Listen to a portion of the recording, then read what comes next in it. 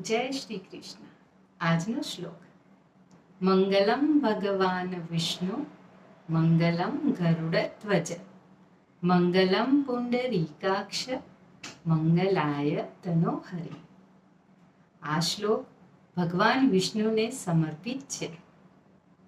આ શ્લોકમાં એવું કહેવામાં આવ્યું છે કે જેઓ સ્વયં મંગલમય છે, એટલે કે કલ્યાણકારી છે, જેઓ ગરુડ પર સવારી કરે છે તથા જેમના નેત્રો કમળ જેવા છે, તેવા ભગવાન શ્રી હરિ વિષ્ણુ સર્વ વિઘ્નો સર્વ કષ્ટો દૂર કરી સૌનું મંગલ કરે.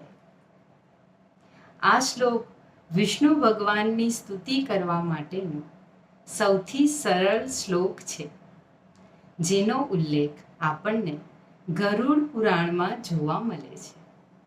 જય શ્રી કૃષ્ણ.